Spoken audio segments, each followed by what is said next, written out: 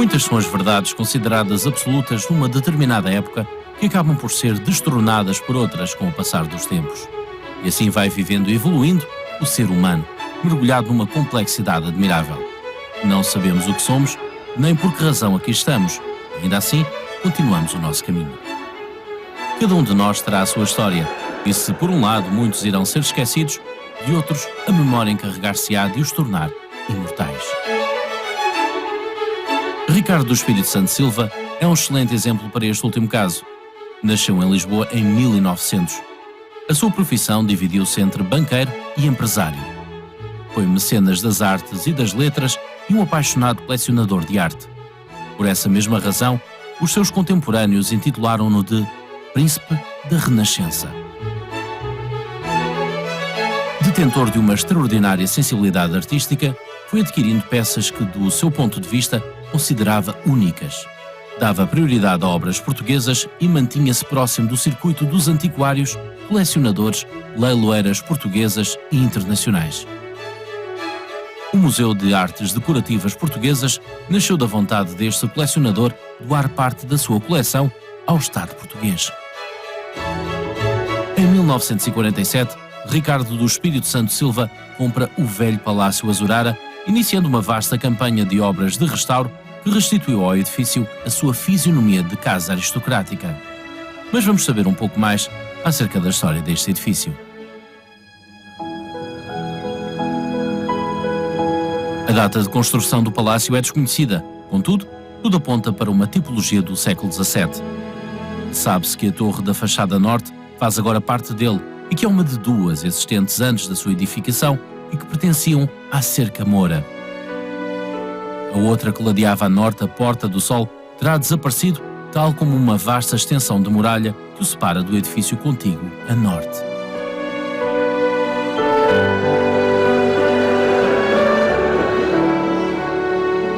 No início do século XVIII, o palácio pertence a Bernardo Luís da Câmara Sotomayor, que terá mais uma vez realizado obras no edifício. O terremoto de 1755, que abalou de forma devastadora a cidade de Lisboa, não afetou com tanta gravidade as zonas do Castelo e Alfama. No entanto, a partir de 1757, são executadas novas intervenções na arquitetura deste palácio. O primeiro Visconde de Azurara, João Salter de Mendonça, recebe o seu título de nobreza em 1819 por carta régia de Dom João VI, e embora já fosse proprietário do edifício há mais de uma década, é nesta altura que o palácio passa a ser conhecido como Palácio Azurara. Como é comum nesta época, a família faz obras no edifício para que este corresponda às suas necessidades e hábitos. E assim chega até aos nossos dias a pedra de armas dos Azuraras, colocada sobre a porta de entrada do Salão Nobre. A partir de finais do século XIX, o palácio deixa de ser utilizado como casa de habitação. Terá sido então utilizado como instalações de um colégio, como sede do Estado-Maior do Exército, de novo como colégio até 1912 e como hospício de hidrófobos até 1933. A partir desta altura é utilizado como prédio de arrendamento e em 1943 é posto em leilão para partilhas e comprado por um particular. Finalmente, em 1947 é adquirido por Ricardo do Espírito Santo Silva, que, com o auxílio do arquiteto de renome Raul Lino, inicia nos anos seguintes uma profunda obra de recuperação e restauro do edifício com o objetivo de aí instalar as obras da sua coleção. Uma das primeiras alterações foi a remoção do reboco que cobria as alvenarias de pedra talhada da Torre da Cerca Moura, bem como o revestimento de azulejos oitocentistas da fachada. São introduzidos em diversas salas painéis de azulejos vindos de outros locais. As pinturas originais de paredes e tetos do palácio foram todas restauradas e outras recriadas com base em modelos já existentes. Vamos então conhecer o interior deste espaço tão peculiar.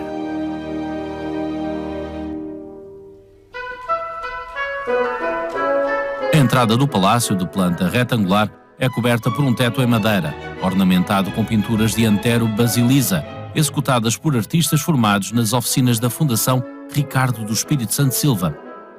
A ideia foi recriar o aspecto original de um teto do século XVII e as pinturas foram feitas com base em fragmentos de um teto da época. A berlinda é sem dúvida uma das peças mais curiosas que integra a coleção deste palácio, e não é por acaso que a encontramos logo à entrada. Sugere-nos, metaforicamente, o começo de uma viagem prometedora através de um museu cheio de peças de artes decorativas de várias épocas. Em relação ao coche, a berlinda impunha-se devido às suas inovações técnicas, nomeadamente fortes correias em cor esticadas de forma longitudinal entre rodados e que eram reguláveis com a ajuda de um mecanismo com travão existente na parte posterior. Assim, transitava de forma muito mais suave pelos sinuosos centros urbanos, era muito mais adequada à topografia de Lisboa. Esta berlinda coupé terá sido realizada no último quartel do século XVIII. Confirma-se facilmente o gosto rococó característico da época, visível na graciosidade da pintura mitológica, nas formas elegantes da talha, mas também em toda a sua estrutura. Os painéis fronteiros e posteriores aludem a 2 dos 4 elementos, água e terra, respectivamente. Neste primeiro painel estão representadas as armas dos Viscondes de Asseca. Esta família atravessou o Oceano Atlântico, daí a presença da água, para se instalar no Brasil, ou seja, a terra. O escudo, como é possível observar, está ladeado por 2 tenentes de fisionomia índia, o que remete para a longa ligação da família com o Brasil, onde alcançaram fortunas e desempenharam funções em cargos administrativos de extrema relevância. Numa das portas reconhece-se a figura de Apolo, na outra, o triunfo da Galateia. Nos pequenos painéis laterais, algumas figuras ilustram o encontro entre o Ocidente e o Oriente, entre o Velho Mundo e o Novo Mundo, reforçando uma vez mais o percurso dos Viscondes de Asseca. Nós estamos aqui no hall da entrada, atrás de mim está uma das peças, penso eu, mais curiosas e mais significativas. Curiosa porquê? Porque se põe logo a questão, porque é que um colecionador de artes decorativas vai colecionar uma berlinda? Uma berlinda é um veículo, mas a berlinda que está aqui atrás de mim, ela reúne na realidade todas as artes e ofícios das artes decorativas. Nós, através desta berlinda, podemos falar de pintura decorativa, podemos falar de madeira entalhada, podemos falar do trabalho da estofagem, podemos falar do trabalho do couro, e é uma peça muitíssimo interessante, de finais do século XVIII. Ela foi toda estudada pelos alunos da Escola Superior de Artes Decorativas da Fundação Ricardo Espírito Santo Silva. Portanto, nós temos aqui um museu-escola, que é o Palácio Azurado, onde agora nos encontramos, mas temos também as oficinas, um Instituto de Artes e Ofícios, uma Escola Superior de Artes Decorativas, cursos de especialização tecnológica. Portanto, há aqui toda uma componente muito interessante, vocacionada integralmente para as artes decorativas. Por volta de 1720, surge uma novidade na iconografia dos azulejos. Começam a ser representadas figuras em tamanho real, militares com fardas da época ou vestidos à romana, guerreiros turcos, alabardeiros e figuras femininas dispostas geralmente nas entradas nobres e nos patamares das escadas dos palácios. A escadaria nobre do palácio tem uma composição de azulejos, bem representativa deste gosto cenográfico. Encontramos aqui um bom exemplo de figuras de convite. Tinham a função de receber ou de encaminhar os visitantes com os seus gestos e móveis. Esta encenação teatral ia ao encontro da estética barroca da época. Ainda através do azulejo é perpetuada uma decoração festiva. Estes balaústres estão decorados por grinaldas. Se fossem reais e se estivéssemos em dia de festa, a sua decoração seria feita assim. Ao terminarmos de subir a escadaria nobre, encontramos as armas dos azuraras a encimar a porta do salão nobre. Já não é possível perceber como se vivia neste palácio. As salas foram todas modificadas para acolherem os objetos e o mobiliário que compõe a coleção deste magnífico museu. Destacar alguns desses objetos entre tantas peças de interesse é sempre uma tarefa difícil. Todavia, desta forma, a hipótese da sua visita ser para breve ficará seguramente reforçada.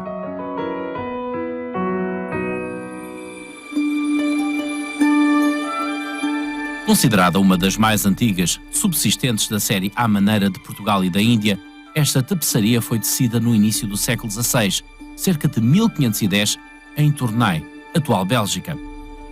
Através da sua expansão ultramarina, os portugueses deram a conhecer à Europa o exotismo que iam encontrando, Os animais e o contacto com os mesmos era motivo de grande fascínio, já que era uma novidade absoluta. Nesta composição, reconhecemos um momento festivo em que as protagonistas são 5 girafas em fila. A tapeçaria Cortejo com girafas é tecida em lã e seda. Nós estamos agora no Salão Nobre deste Palácio Azurara. Como eu expliquei lá embaixo, isto é tudo um conjunto de recriação de ambientes, feito pelo próprio colecionador. E este Salão Nobre reúne um conjunto de peças que é particularmente representativo das nossas artes decorativas. Não sublinho a palavra artes decorativas portuguesas, porque justamente uma das características das nossas artes decorativas, século XVI, XVII e até XVIII, é uma abrangência dentro de um novo olhar para o mundo que é muito interessante. Nós temos neste salão peças que traduzem o gosto pelo Oriente, peças que traduzem o gosto pela França, e eu estou aqui à frente de uma tapeçaria que acho que é uma das peças mais interessantes, mais curiosas, que é esta tapeçaria dita do Triunfo das Girafas. Ela faz parte de uma série maior. Aliás, a tapeçaria raramente existia sozinha como uma peça única. É uma tapeçaria produzida na Flandres, em Tournai, no início do século XVI. Quando olhamos, temos assim uma confusão de animais, mas na realidade temos 5 girafas que podemos observar. E o que é que esta tapeçaria tem de particularmente interessante, para lá da perícia e da mestria do que eram os ateliês de tapeçaria no início do século XVI, é que ela traduz um cortejo exótico, animais exóticos, mas se olharmos para a paisagem, é uma paisagem ocidental. E nós percebemos que há realmente, no século XVI e depois no século XVII, este gosto por um Oriente e por um mundo que é desconhecido, neste caso verdadeiramente desconhecido e conhecido talvez através de descrições. Vejam como o elefante está desenhado, com umas orelhas muito compridas, uma fisionomia que não é a fisionomia de elefante. As casinhas têm toda uma característica que será mais uma característica de casinhas do norte, de casas flamengas, e depois vamos avançando por uma paisagem que nos traduz também uma vegetação que é uma vegetação ocidental, com reminiscências que evocam um pouco o Oriente, o exotismo nestas girafas, todas elas com bridões belíssimos, umas com guiso, outras com correias douradas. Um dos animais que se transporta aqui é um dragão, que também vem preso com uma corrente, e obviamente esta tapeçaria não é uma tapeçaria produzida, não é uma produção nacional, mas traduz muito bem este gosto que vai caracterizar as nossas artes decorativas. Gosta-se daquilo que vem de fora, tem-se uma noção de um mundo que se está a abrir, de um mundo que está cheio de curiosidades, de descobertas que participavam também numa ideia de encantamento, que está muito traduzida nas coleções, nas próprias coleções da época. Continuando o nosso passeio pelo Salão Nobre e em confronto com a dificuldade já referida de destacar algumas peças, a opção recai agora sobre um pequeno móvel indo-português de influência mongol do século XVII. Este tipo de mobiliário é uma das criações artísticas mais originais da presença dos portugueses na Índia. Este escritório, reminiscência de uma corte itinerante, podia cumprir diversas funções. É frequentemente utilizado como plano de escrita, podendo guardar-se no seu interior esse mesmo material ou documentos, mas também joias ou relíquias, assemelhando-se assim a um cofre. A sua estrutura é em madeira de teca, faixeada e embutida a limoeiro de Ceilão, pau santo da Índia, marfim natural e tingido e, por fim, fio metálico incrustado.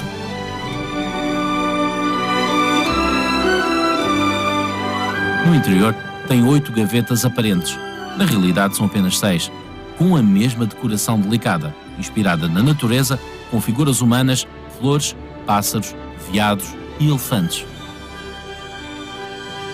Os puxadores das gavetas são de marfim e as ferragens de latão dourado.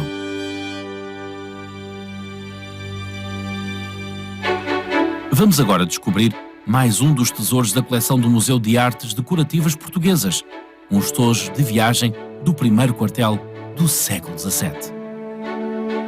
Esta peça excepcional da orivesaria portuguesa, obra do orives Tomás Correia, reúne objetos de toilette e utensílios destinados a uma refeição ligeira: pratos, castiçal, facas, salvas, gomil, bacia de água para as mãos, tudo em prata dourada, relevada e cinzelada. O estojo, onde cada uma das peças fica cuidadosamente arrumada num espaço próprio, é em marroquim vermelho, revestido no interior de veludo verde e com ferragens em bronze dourado. Estes tojos de viagem eram frequentemente presentes de casamento. Ajudavam a cumprir toda uma rotina matinal. Era comum encontrá-los nos tocadores dos aposentos privados.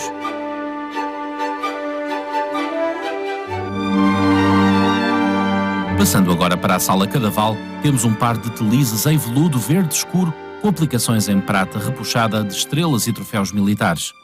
Ao centro, e também em prata, foram colocadas as armas da Casa Cadaval. Estas peças datam da primeira metade do século XVIII e testemunham do aparato e riqueza da arte equestre das festas da corte, nomeadamente cortejos ou touradas.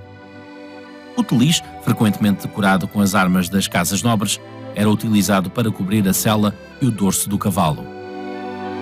Sabe-se ainda que fizeram parte de diversas cerimónias da nobreza do reinado de Dom João V. Existe uma coleção de belíssimos telizes no Museu dos Coches.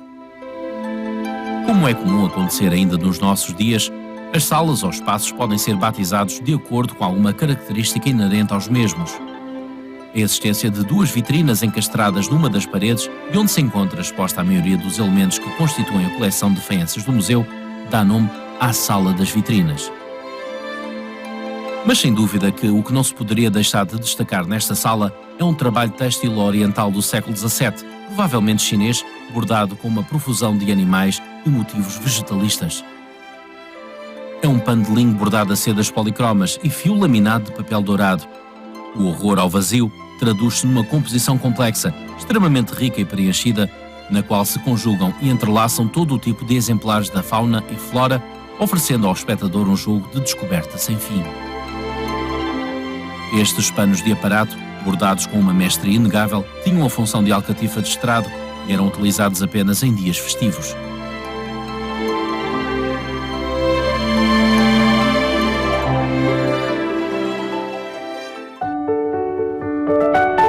O espaço recria um quarto da segunda metade do século XVIII, contendo quase todo o mobiliário daquela época. Destaca-se por ser incomum um preguiceiro ou espreguiceiro em pau santo entalhado, que ao tempo permitiria longas cestas ao seu proprietário. A cama de campanha com dossel é também uma peça rara. Tem a particularidade de ser totalmente desmontável, com pernas articuladas, facilitando o seu transporte, emprestando assim algum conforto nas viagens, que na altura seriam sempre aventuras um pouco atribuladas. Apesar de ser um objeto destinado a viagens, foi realizado com extremo cuidado e requinte, no entalhamento do espaldar ou no trabalho das colunas de suporte do dossel.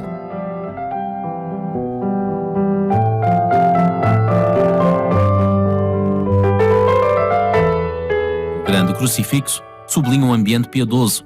Entre as múltiplas pinturas devocionais se destaca a Virgem do Leite, atribuída ao pintor Gregório Lopes. Outro tesouro da coleção é o Oratório de Suspender, peça japonesa de arte Namban, realizada em finais do século XVI. Executada em madeira lacada com incrustações de madrepérola, pó de ouro e prata, tem ao centro uma pintura a óleo sobre cobre, representando a Sagrada Família e São José Batista.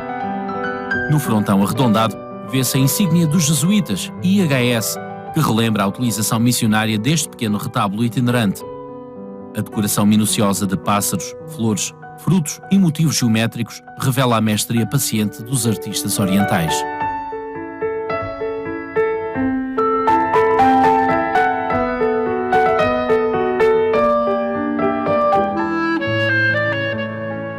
Nesta sala destaca-se esta extraordinária mesa, obra-prima da marcenaria portuguesa, executada no terceiro quartel do século XVIII.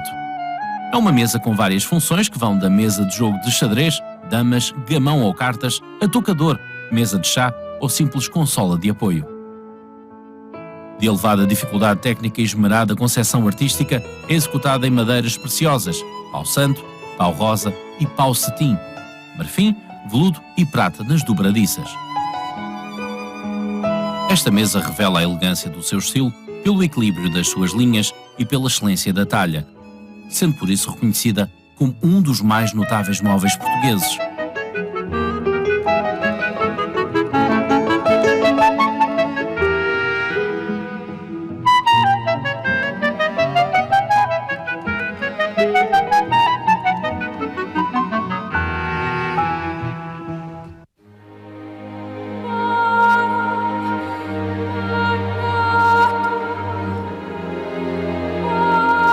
De planta hexagonal, esta sala destinada à audição de música é decorada por pintura neoclássica que evoca uma arquitetura fictícia.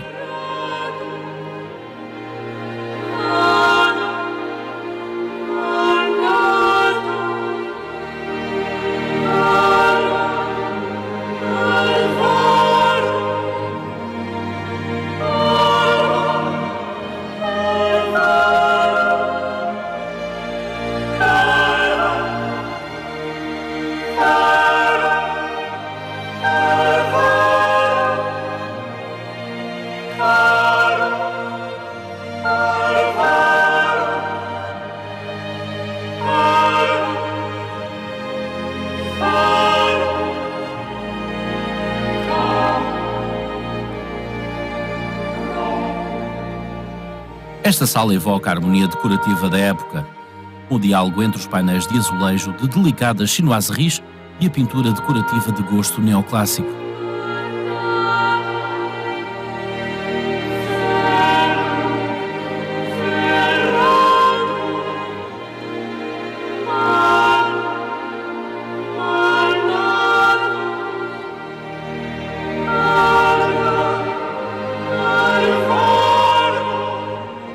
O lustre confere a este espaço uma simbólica majestade. Ao centro, uma mesa giratória com gavetas de segredo, saída das mãos de José Aniceto Raposo, peça de construção requintada e grande apuramento técnico com o restante mobiliário.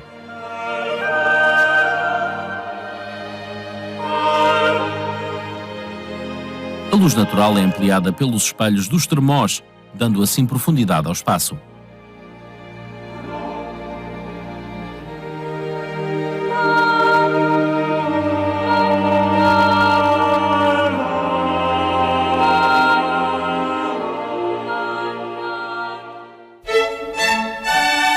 Ao gosto da aristocracia do século XVII, este espaço evoca uma sala de jantar, com o seu silhar de azulejo de albarradas e o teto em caixotões com pintura ornamental, tão ao gosto da época.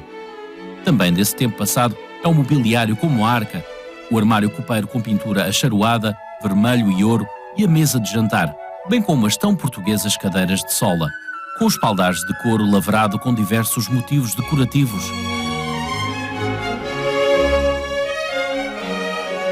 Mas a atenção fica naturalmente presa às inúmeras peças de porcelana chinesa e de orivesaria que ornamentam o espaço reservado às refeições.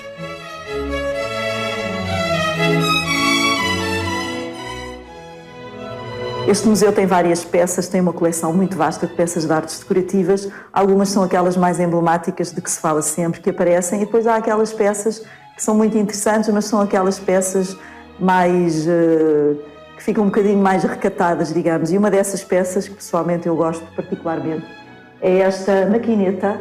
É uma peça do século XVIII, mas que tem uma particularidade curiosa. É uma representação da Sagrada Família num interior, que é um interior de uma arquitetura civil residencial, setecentista, com o solhar de azulejos, exatamente como nós vemos neste palácio, por exemplo, um solhar de azulejos azul e branco, e depois tem o teto pintado, como nós vemos também aqui neste palácio. Como explicámos, este palácio é um edifício seiscentista, o teto pintado, os quadros da parede com naturezas mortas. Portanto, é quase uma espécie de maquetes, poderíamos imaginar uma casinha de bonecas, mas que está aqui dedicada à representação, à representação da Sagrada Família, portanto, no âmbito de uma arquitetura civil residencial. O exterior é também muitíssimo interessante, porque é uma pintura acharoada, portanto, no gosto da chinoiserie, mas se virmos pormenorizadamente, percebemos mais uma vez esta fusão que as nossas artes decorativas vão captar tão bem. Temos aqui um gosto oriental no exterior, mas temos, na realidade, folhas de acanto, enrolamentos vegetalistas, numa tradição muito mais de artes decorativas, de linguagem ornamental italiana ou até flamenga, mas que, pelo tipo da pintura, nos dá este gosto oriental. E depois cá dentro temos um interior que é um interior puramente nacional, portanto, quem vier a este museu, eu acho que é uma peça muito curiosa que merece ser observada. Contíguo ao Palácio Azurara, onde se instalou o Museu de Artes Decorativas que, em boa hora, a Fundação criou para expor a extraordinária coleção de Ricardo Espírito Santo Silva, funcionam as oficinas da Fundação, promovendo a formação e a arte do saber fazer em áreas tão diversas e únicas como a fundição, cinzelagem, encadernação e decoração de livros, pintura decorativa, talha e passamanaria. A busca incessante do aperfeiçoamento de técnicas artísticas contribui assim para o desígnio da Fundação, a arte de saber fazer.